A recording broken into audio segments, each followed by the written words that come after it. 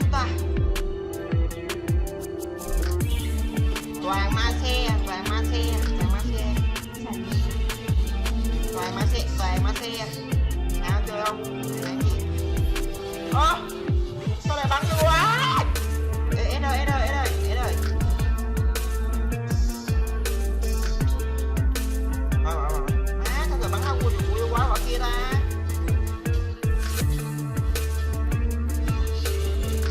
Mày chết rồi. Chết.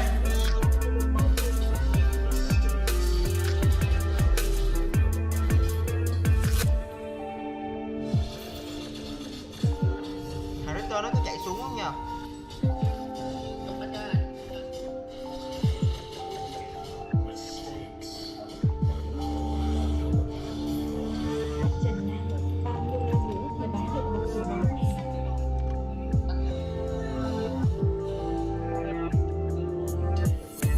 $988 cộng 22 bằng 1.000. Đố gì khó hơn đi.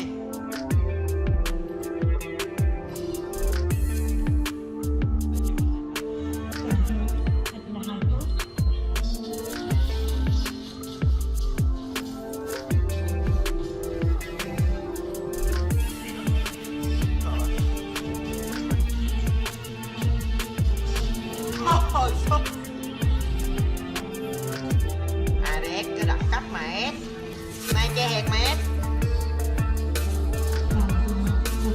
có gì đâu mà. Chị Thu ơi, sau đây em sẽ chứng minh con trai thông minh hơn con gái.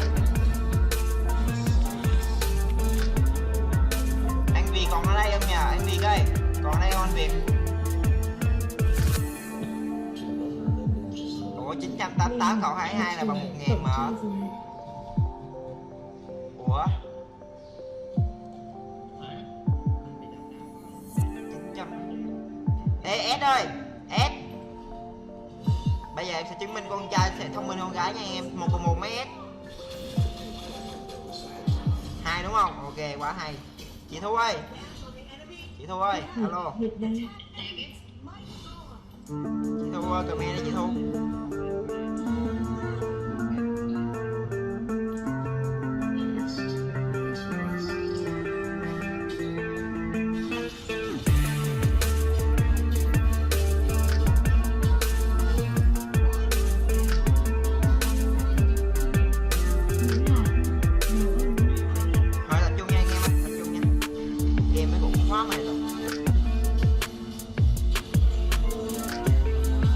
Trời ai, đây là tới chập lắm.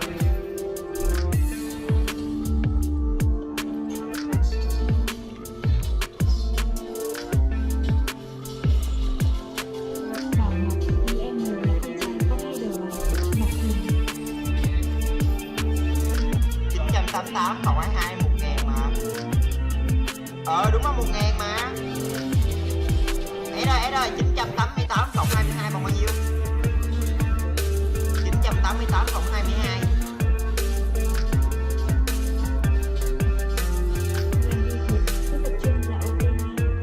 Không tính à, không tính à. Biết bay.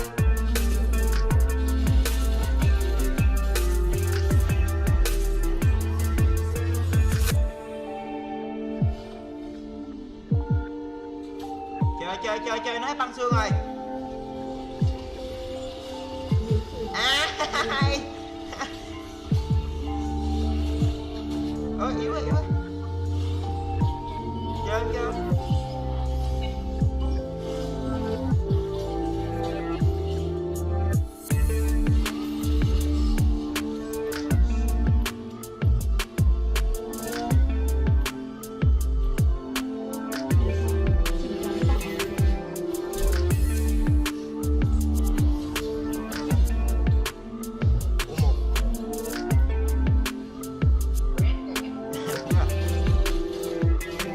Không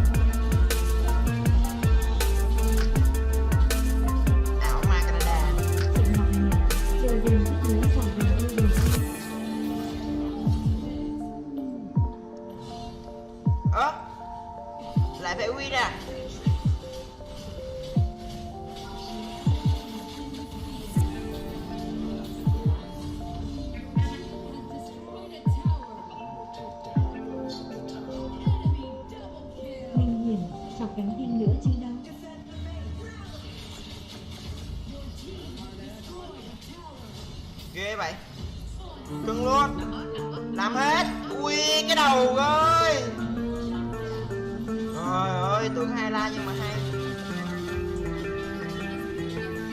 nhưng mà nó lụm hai sát luôn. Đây đây đây đây, nó nhỏ nè, đây nói nè, đấy đấy.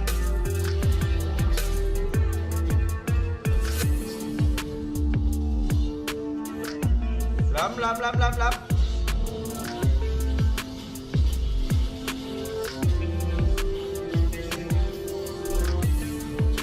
cái trình nữa mà, cái trình nữa mà mọi người, cái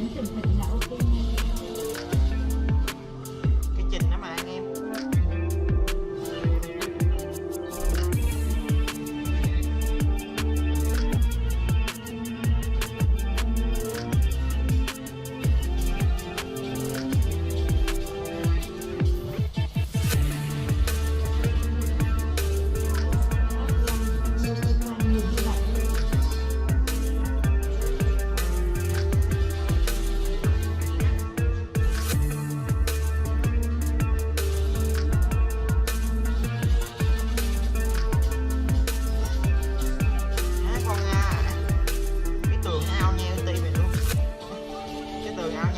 Quá ghê.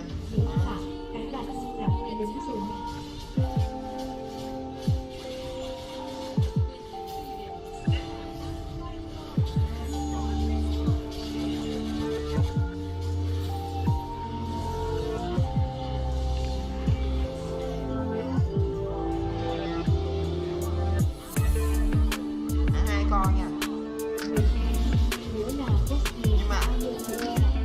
Nhưng mà đang giảm đam mà ăn hai con luôn. Thôi tốn thời gian lắm luôn á.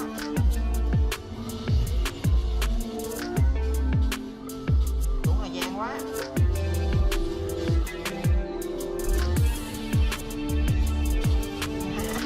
Từ từ ăn chết. Giảm đam đéo đâu mà. Giảm đam luôn mà. Đang giảm mà. Rồi ăn con quỷ vô. Cái trong quần luôn.